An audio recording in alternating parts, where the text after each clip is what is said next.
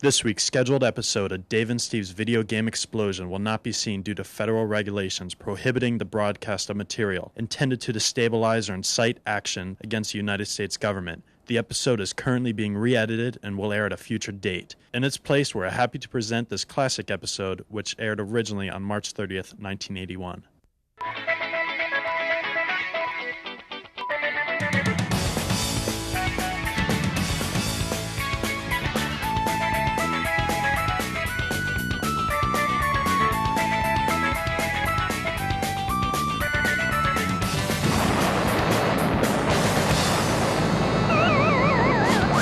Hi, I'm Dave. And I'm Steve. And welcome to Dave and Steve's Video Game Explosion, coming to you, as always, from the Student Activity Center at James Polk High School. Go Sheiks! Go Sheiks. Sort of a sad day here at the Video Game Explosion. If you've been watching TV, if you're watching the news and stuff, you know that earlier today, President Ronald Reagan was shot coming outside of a building in Washington, D.C. I hope he's okay. We hope he's okay. Our hearts go out to Mrs. Reagan and. I know it was Ayatollah Khomeini who did this. Yes, I totally, know it was Ayatollah Khomeini. Totally. I cannot stand for this. How are we going to let this guy run all over our country? If I was like a general or something, I would totally like go over there and I would get like our best allies in the area, like our best friends. I would get like Iraq and Afghanistan, and I'd be like, yes, Somalia. Pakistan. And we'd like join up into a coalition and just get the Iranians. Nuke them! Nuke them! Totally nuke them. Drop a nuke on them and nuke them! Totally nuke them. Nuke them! Dude. Awesome! Totally nuke 'em. nuke You know 'em. what else I would nuke? Who? Russia. Nuke Russia. Nuke them! Nuke we have these Russia. nukes, so just use them, just nuke these people, then they're gone. Hey, let me ask something though. Who do you think's gonna win the Cold War? Russia. Yeah, me too. Russia. Hey, we have a new sponsor this week. We do. We have a little business to take care of. We got a new sponsor, and before we do the new sponsor, I just want to say, man, I could use some cocaine. Anyway, we got a new sponsor. I can get some later. Cool. We got a new sponsor, Eastern Airlines. Fly the friendly skies with Eastern Airlines. Is that their motto? No, that's United's, but I don't know what Eastern's is. Wings of Man, I think. Wings of Man. That's stupid. Dumb. And you know what? Maybe later in the episode, we could maybe work on some kind of new ad campaign for Eastern Airlines. Do you know anything about them? I flew them once, and they sucked. You flew? Flew once. plane? It was pretty cool. Was it awesome? It was pretty cool. Awesome. Hey, we should tell some people about mail. Some people have been asking me, like, how do I reach you guys by mail? Yes, there's two ways. You can send us as usual. You can drop a note in locker 544. Normal mail. We'll get that. Or there's something now that they recently invented called electronic mail. Electronic what? Electronic mail. Apparently you can send a note like through computers. So if you're working at MIT or California Institute of Technology or any of the large computer corporations, we have an electronic mail address. It's 744-HTV-BZ_H43ABC 11221100AB_2 at James K. Polk High School _44_ So _4432. So you write a letter. Sorry, AB _331A. We done?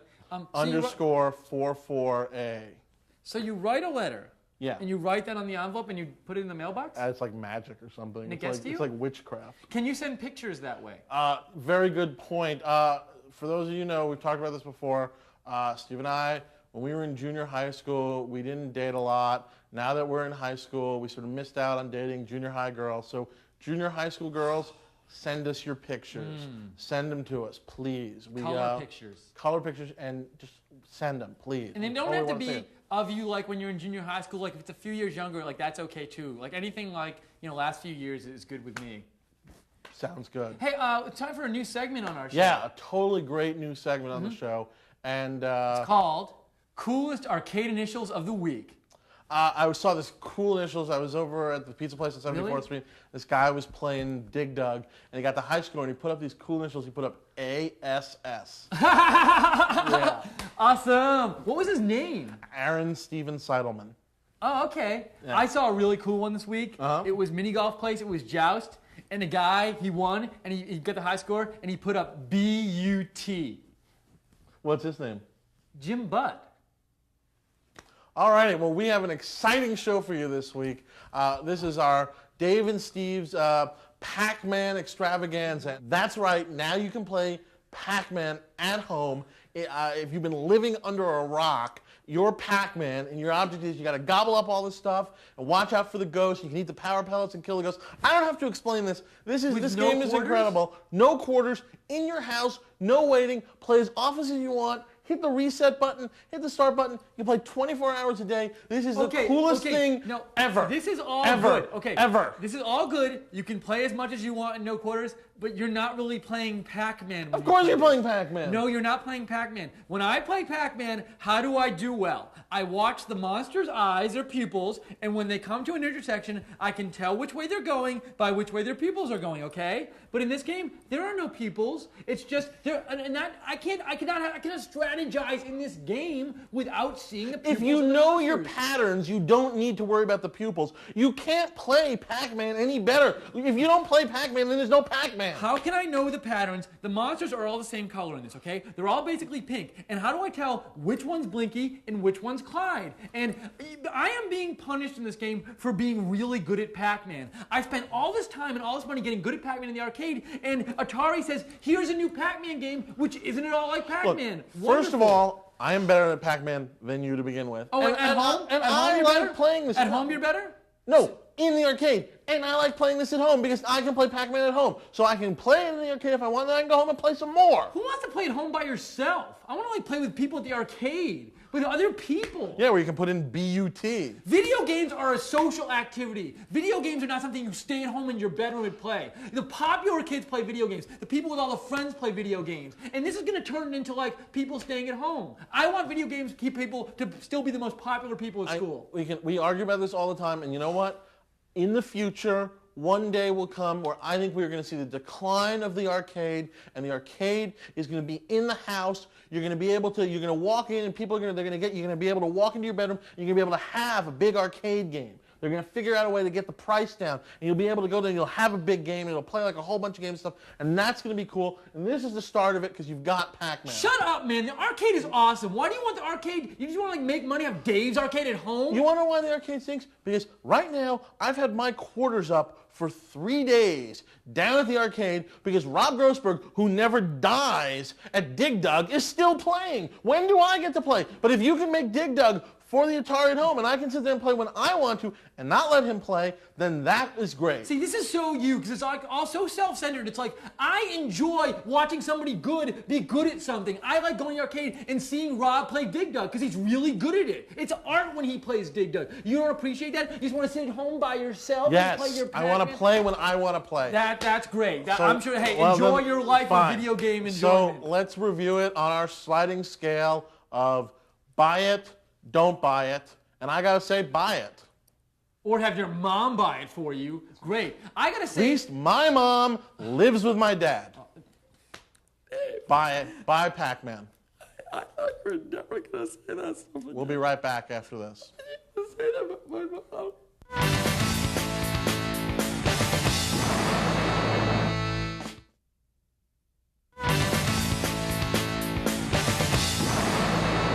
Welcome back to Dave and Steve's Video Game Review. We've just gotten word that President Reagan is in surgery. He's doing well, they think. I'm sorry, Steve, for what I said before. Thanks.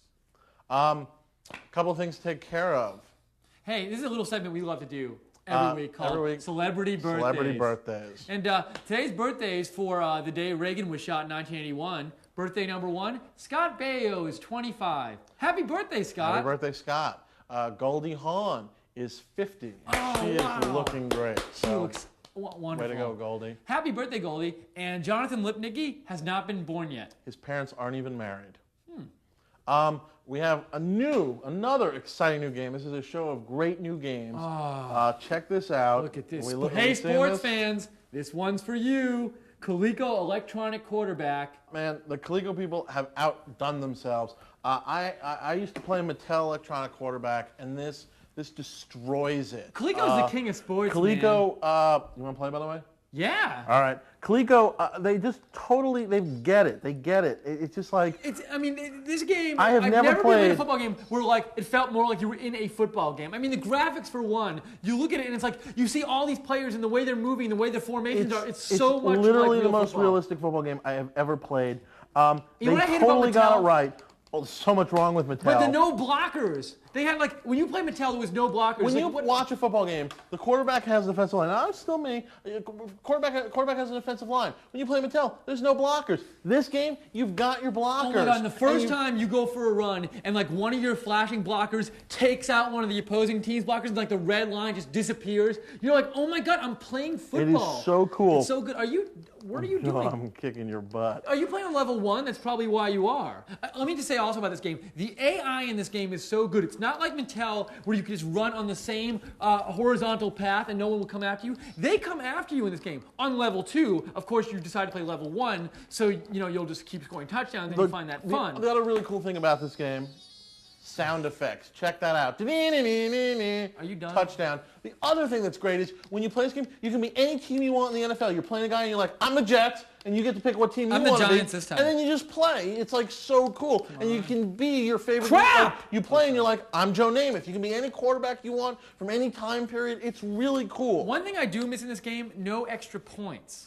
Okay, they're not up to that yet, but they will And get that. I want more penalties. That was unfair because I was talking to you and it ran up. I was talking and I scored a touchdown. Oh my gosh. Well, this game, I mean, all I have to say is if you like football, you will love this game. If you like sports, you'll love this game. If you like good games, There you will love is this one game. thing, we've talked about this in the past, though, something we call the game-ruining tip, and I do have to say that there is one as for I do this. it here right now, which is to say, when you're running, if you're on a breakaway, if you can get away from the defenseman, if you can like wait and just pause, like in the lower left corner, and wait for them to all get lower and close to you, then when you go and through and pass through the other part of the scene and go up to the top, you can just run, you can get about 2 or 3 screens through, you'll score a touchdown practically every time once you can make that breakaway, which once you figure that out, you can really run up the score on somebody like him. But what fun is that? Why is the game fun when you do To that? beat you. Why is the game fun when you do that? To beat All right. you. Anyways, stop it. We gotta like end this review because we gotta move on. I don't want you beating me. I've just had it with you ruining the game. All right. On our sliding scale, On this our sliding one. scale- I mean, is it even a question? Buy this game. It is the Buy best this football You know game what, on though? the market. Something even higher than our highest review, which is normally buy it. Ask for this for Christmas. Our highest review or ever. Hanukkah. Whatever. What night of Hanukkah would you ask for this for? We celebrate both in my house, so Both it's nights? cool. Yeah, no, we celebrate Christmas and Hanukkah. Oh, because more gifts. Because in my house, like the first night, it's always a really good present. Is that and when the you're eighth with your night's dad? The eighth night's the worst present. And then when you're with your mom, it's like something else. Dave, I'm sorry again. Our next game, which is really exciting, is a man. really fun game. And it's sort of based a little bit, although they don't tell you this, on this great new movie that you might have seen called Raiders of the Lost Ark. And the game is called Pitfall. It is just, it's like, you're Pitfall Harry, you're like in this jungle, you're swinging just like Indiana Jones, you're swinging You over get gold, you alligators. get diamonds. But this is a revolutionary game. This is. And you know why it's a revolutionary game? Because up to now, every game I play on one screen. Okay, Yeah. Pac-Man. I finish Pac-Man, I finish the screen, I get another. You get a new same screen. But Pitfall, I go out the side, I go somewhere else. Not just that. It's a new screen. Not just that, but in Pitfall, you can be running along, that's fine. And there are ladders down. All of a sudden, you're underground. Oh my So not only gosh. can you play underground, and if you want, you can go underground or above ground. There's no right answer. You've got a choice. Not only that, though, have you tried this out? You can go backwards. When you're on the first can? screen, check this out. When you're on the first screen, run to the first under tunnel, go down, and go the wrong way. You can play the game backwards. I want to say one thing about this game is that Pitfall has a contest. For those people who have the game, you know about this contest. And it's if you get 20,000 points, it's really hard to do, but if you get 20,000 points, you get a free Not that hard. t-shirt. You take Well, when you play on the easy level, it's not that hard. And you use cheat kind of moves that just win, and they're cheap. But when you try to play the game for real and you try to get 20,000 points, you get a t-shirt if you get 20,000 points. Last weekend, I got 20,515 points. Did you get your shirt? No, because my brother stepped on the game. And I did something very That bad. sucks. I've been there. I hit him. I've been there, man. I hit him in the face. And I just want to take this moment to say right now to my brother, it's like, I know it was a big deal to me that I could have gotten 20,000 points, and I could have had a Pac-Man t-shirt. Pac-Man Pitfall t-shirt. And it's like, what were you thinking? I'm playing the game. Stay out of the room. Don't step on it. And if there's anyone out there who was at that game and took a picture of it, if you just give it to me, then I can go and send it and get my t-shirt. Because now I don't have one. It's like I've always said, in Steve's house, violence begets violence.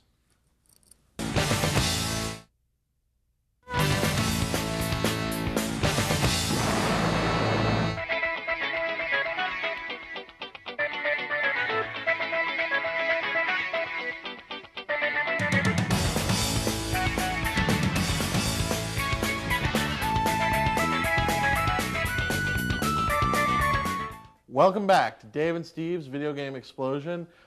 We just got another update. President Reagan is still in surgery, so, please. And now it's time for a new segment we like to call Arcade Safety Tips. Mm-hmm.